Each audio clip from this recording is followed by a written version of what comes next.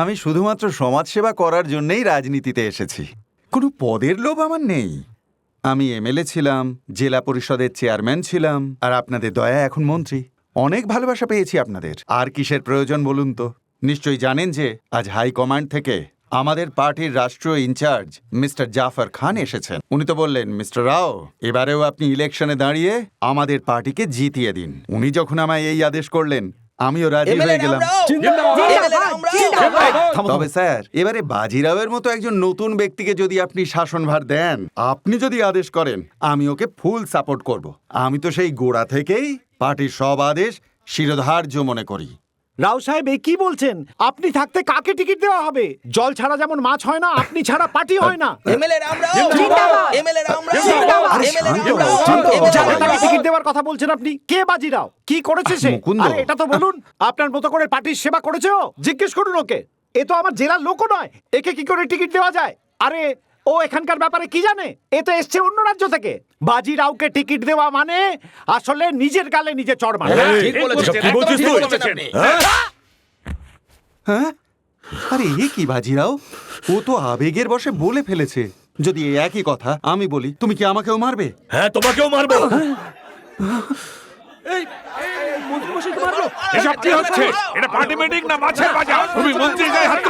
দেখো ভাই, তুমি পার্টি ইনচার্জের সামনে আমার গায়ে হাত তুলেছো, আর এখন যদি মিস্টার জাফর আমাকে এটা জিজ্ঞেস করেন যে বলো, এইরকম ইতর অসভ্য একজনকে তুমি রেকমেন্ড করছো, তাহলে এনার গায়ে হাত তুলবে?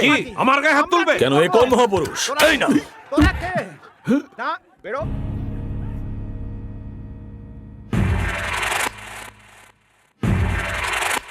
গুন্ডাগিরি আর রাজনীতি একসাথে করা যায় না। এ তুমি কি করলে বাজিরাও? স্যার, স্যার ছেড়ে দিন স্যার, ছেলে মানুষ ভুল করে হাত তুলে ফেলেছে, মানছি অন্যায় করেছে। চুপ করুন, এ যা ইচ্ছা করবে আর আমি দাঁড়িয়ে দাঁড়িয়ে দেখবো? দেখুন আমি কি করি। পার্টির থেকে টিকিট কেন, পার্টির ঝান্ডাও ধরবে না এ। রাজনীতি রাজনীতি করবি তুই? তুই পার্টির যোগ্যই নোস, রাজনীতির নামই করবি না।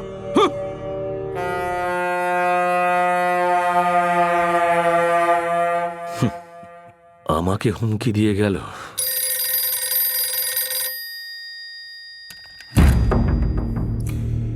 দাদা, বাজিরাও, ওই হাই কমান্ডার জাফর আমাকে টিকিট দিচ্ছে না। ও নিজের পরিবারকে নিয়ে দিল্লির জন্য এখান থেকে রওনা হয়ে গেছে। ও যেন দিল্লি পৌঁছতে না পারে। ছবি পাঠিয়ে দিয়েছি।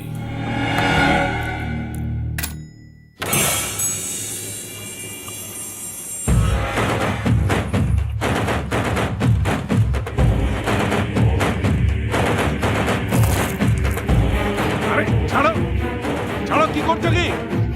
ছাড়ো, ছাড়ো আমাকে। আরে ছাড়বে না, ছাড়ো আমাকে, ছাড়ো।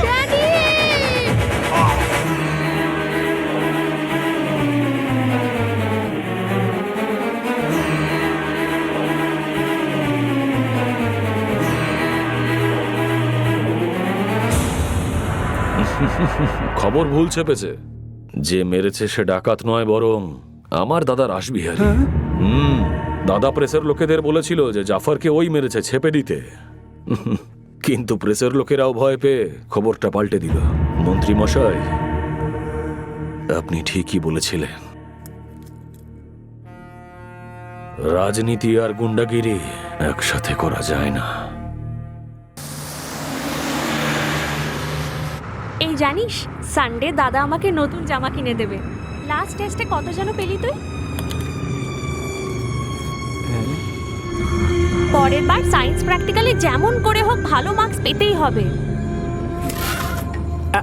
Good good good one, good one. সামনে তাকাও মাসিমা, লালে লাল হয়ে গেছে।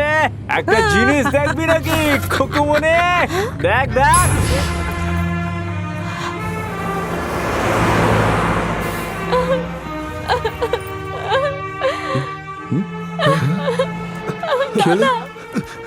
কি হয়েছে বল? কাঁদছিস কেন বোন? আমার স্কার্টে কেউ পেছন থেকে রং দিয়ে দিয়েছে। ওকে বাড়ি নিয়ে যা।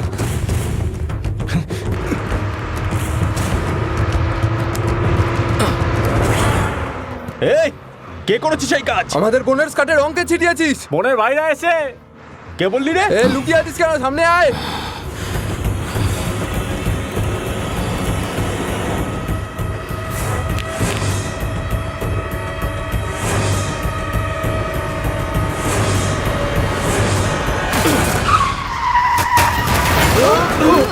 আরে ভাই এভাবে বাস্তা মানে কেন?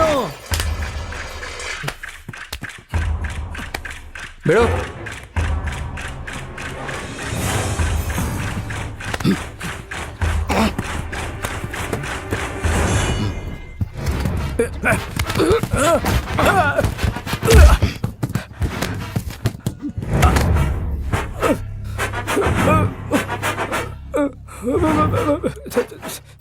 ছেড়ে দাও আমাকে ছেড়ে দাও। তোকে যেতে দেবো?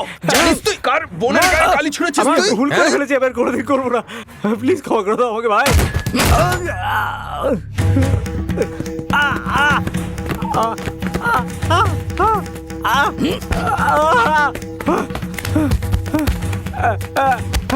এই নেড়া কর ওকে এক্ষুনি। যা বলছি কর।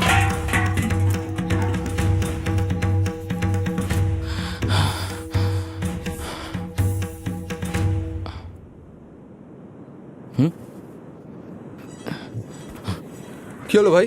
মায়ের ছবিটা কোথাও পড়ে গেছে। কি মায়ের ফটো? কোথায় ফেললি? এই তো এখানে দেখ, আমি বাসে গিয়ে দেখছি। সরো সরো সরো। ধুস, গোটা বাস খুঁজে দেখলাম ভাই, ফটোটা পেলাম না।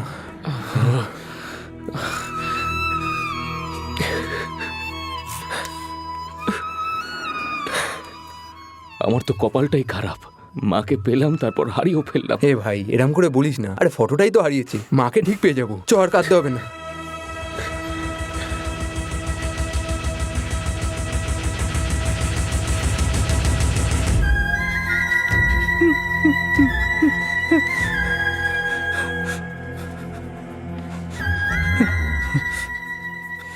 এটা তোর মা নয়, আমার মা। এটা শুধু আমার মা, তুই একটা অনাথ।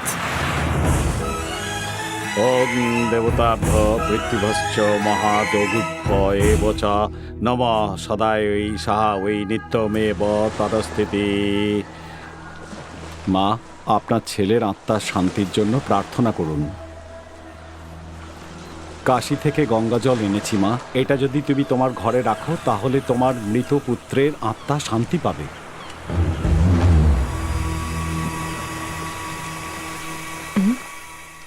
এ কি করেছিস? চুল কেটে ফেলেছিস? আজকের দিনেই দাদা মারা গেছিল না, আর দাদাকে তো আমি বাবা মনে করতাম, সেই জন্যই তো চুল ফেলিলাম। তোর দাদার জন্য গঙ্গা জল আনিয়েছিলাম, সাবধানে রাখিস।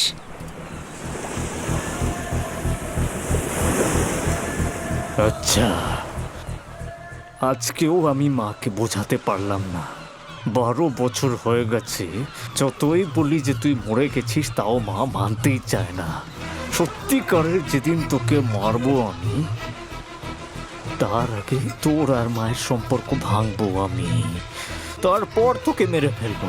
তোদের দুজনকেই আমি মারবো। আজ আমি কথা দিচ্ছি। তুই আমার থেকে মাকে কেড়ে নিতে পারবি না, কোনোদিনও মাকে তুই কেড়ে নিতে পারবি না, তুই জেনে রাখ।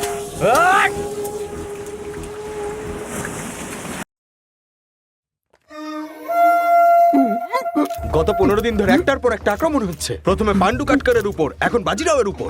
এই ব্যাপারে কি বলতে চান আপনি স্যার? কি ছত্রপতি নামে কাউকে চেনেন? আপনি উত্তর দিন স্যার, লোকে তো অন্য কথা বলছে। স্যার যা হবার হয়ে গেছে, এবার তো রাজবিহারী আসছে, এখন কি করবেন? আরে যেই আসুক কিচ্ছু যায় আসে না, স্যার এটাই বলছেন। আরে আপনারা কি করছেন? এখানে লোকের এরকম অবস্থা, তার মাঝখানে আপনারা এরকম প্রশ্ন করছেন। প্লিজ বেরিয়ে যান, বেরিয়ে যান এখান থেকে। সবাই চলে গেছে, আপনি উঠে পড়ুন। ওরে বাপরে, মরে গেলুম। বুঝলে নাইডু, বাজিরাও মরে যেতে আমি ভাবলাম এবার একটু শান্তিতে থাকবো, কিন্তু এখন তো দেখছি সামনে ঘোর বিপদে। বুঝতে পারছি না কি করা উচিত। সামনে ওই ছত্রপতি, আর পিছনে ওই রাসবিহারী, যেই থেঁতো করুক, করবে তো সেই আমাকেই না। আসুন ডক্টর বিহারি। বিহারী? বিহারি নয়, বিহারি। ডক্টর বিহারি এসেছেন। আরে ডাক্তার বিহারি, সবার আগে তুই তোর নাম থেকে বিহারিটা ছেঁটে ফেলে দে। ওটা শুনলেই আমার হার্টবিট বন্ধ হয়ে যায়। এখন যা এখান থেকে। আরে যা না। সেক্রেটারি, হ্যাঁ? 1 মাস আমি কথা বলার অবস্থায় থাকবো না। যদি আমার বউ, বাচ্চা, সিএম পিএম ফোন করে, কোনো মতেই আমায় ফোন দেবে না। এর মানে আমি কোমায় রয়েছি। হ্যালো, কে বলছেন? ছত্রপতি? খেয়েছে। নমস্কার স্যার। হ্যাঁ স্যার।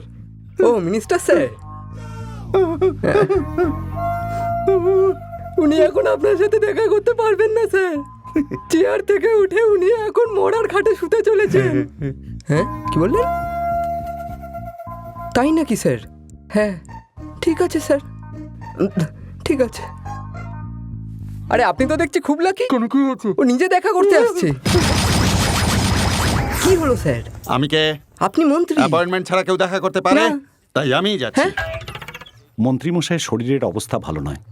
আসলে কি বলবো, ওনার ডায়াবেটিস, বিপি সমস্তটাই হাই হয়ে রয়েছে। আমরা ক্যান্সারেরও আশঙ্কা করছি। আগামী 48 ঘন্টা ওনার জন্য খুব বিপজ্জনক। দেখা যাক কি হয়। তাহলে আপনারা সবাই দেখতেই পাচ্ছেন যে মিনিস্টার স্যারের অবস্থা যথেষ্ট ক্রিটিক্যাল। এই মুহূর্তে চিকিৎসকেরা তাদের সাধ্য মতো চেষ্টা করছেন। আপনাদের সাথে স্বাতি।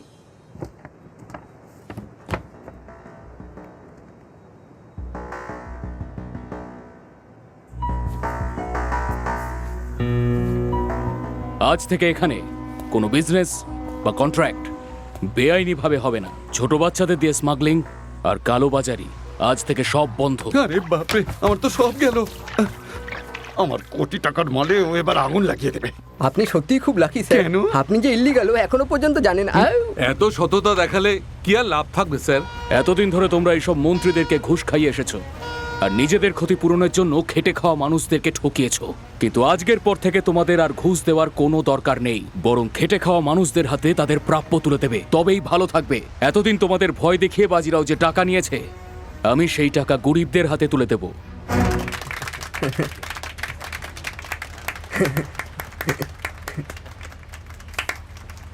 মন্ত্রীমশাইয়ের মুখ দেখে মনে হচ্ছে না যে তিনি খুব একটা খুশি হয়েছেন। এই না, রাজনীতি তো, তাই 2 হাতের মধ্যে কোঅপারেশন কম। প্রজাদের ভালো মন্দ চিন্তা করার পরে আমাদের কাছে আর কি বেঁচে থাকে ছত্রপতি বাবু? কোমরে একটা ধুতি, কাঁধে একটা গামছা আর হাতে একটা লাঠি, ব্যাস লেফট রাইট করতে করতে এগিয়ে চলো। হ্যাঁ, এগিয়ে চলো, এগিয়ে চলো।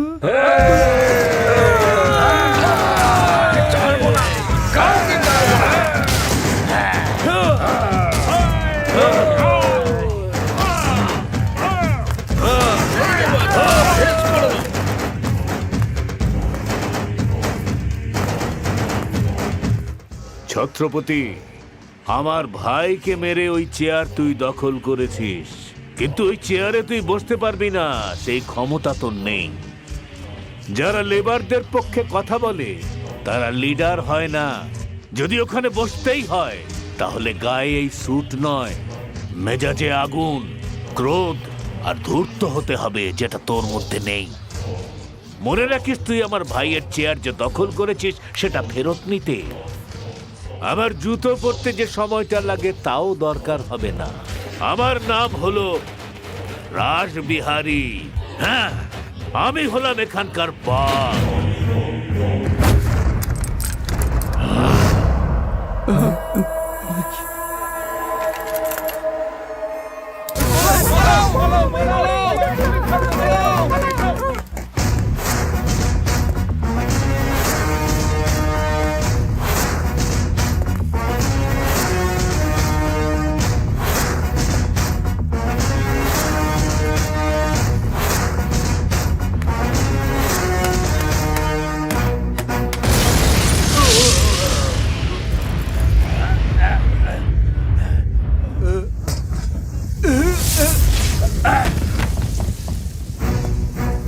তোদের মতো লোকেরা শুধু দুর্বল লোকেদের মারতে পারে, নিজেদের মৃত্যুর কথা ভাবতে পারে না।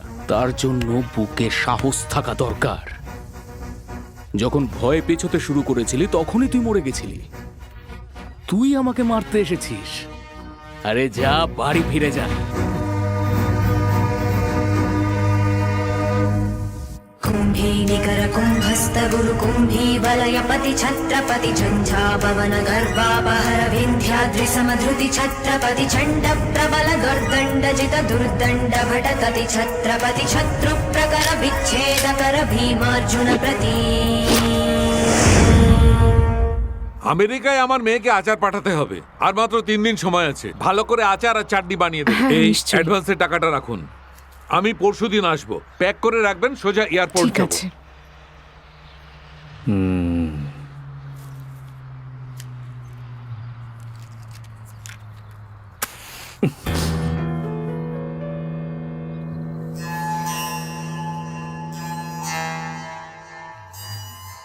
বাবা, তুই বাস স্ট্যান্ডে পার্কিং কন্ট্রাক্ট নিবি বলেছিলি যে, সেটার কি হলো? চেষ্টা তো করছি মা। পরশুদিন 10,000 টাকা পাবো, দরকার পড়লে নিয়ে নিস। আমি আর একা সংসার ঠেলতে পারছি না রে। যদি তুইও আমাকে একটু সাহায্য করতিস আমি জানি মা। তাহলে। তুমি বলছো যখন, কাজ তো এবার আমাকে করতেই হবে। আর কাজ করব আমি, এমন কাজ করব যাতে আমাদের সবার লাইফ সেট হয়ে যায়।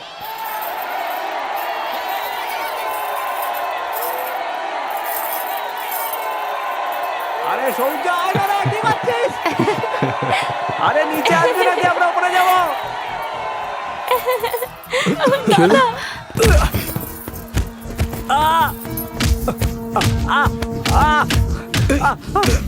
লাগছে, মারো, মেরে ফেলো আমাকে, প্রাণে মেরে ফেলো তোমরা।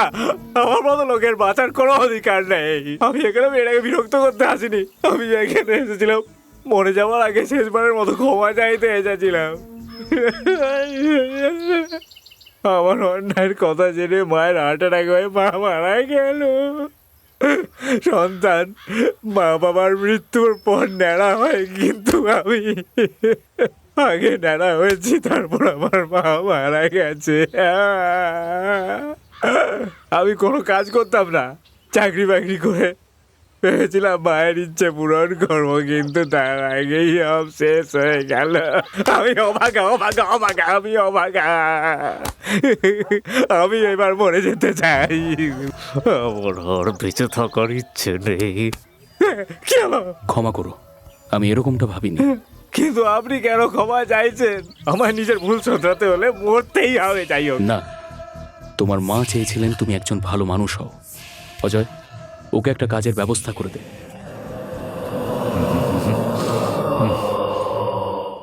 আমি ওই ছত্রপতির হয়ে কাজ করছি। যদি ওকে মারার ইচ্ছে থাকে তাহলে ওর উইক পয়েন্টটা জেনে নিয়ে আমি ওকে তোমাদের কাছে পাঠাবো। আগে আমাকে এটা বলো যে ওকে মারবে না ছেড়ে দেবে? যদি আমরা সুযোগ পাই তাহলে কেন ওকে মারবো না? ওর ছাল ছাড়িয়ে নেবো। টাকলু, কিছু গন্ডগোল হলে দেখে নেবো তোকে। আমার কোনো অসুবিধা নেই, তোমরা শুধু খেয়াল রেখো যাতে কোনো গন্ডগোল না হয়। এই, তোর সঙ্গে ওর সম্পর্কটা কি? তেমনই সম্পর্ক যেমন চুল আর খুরের।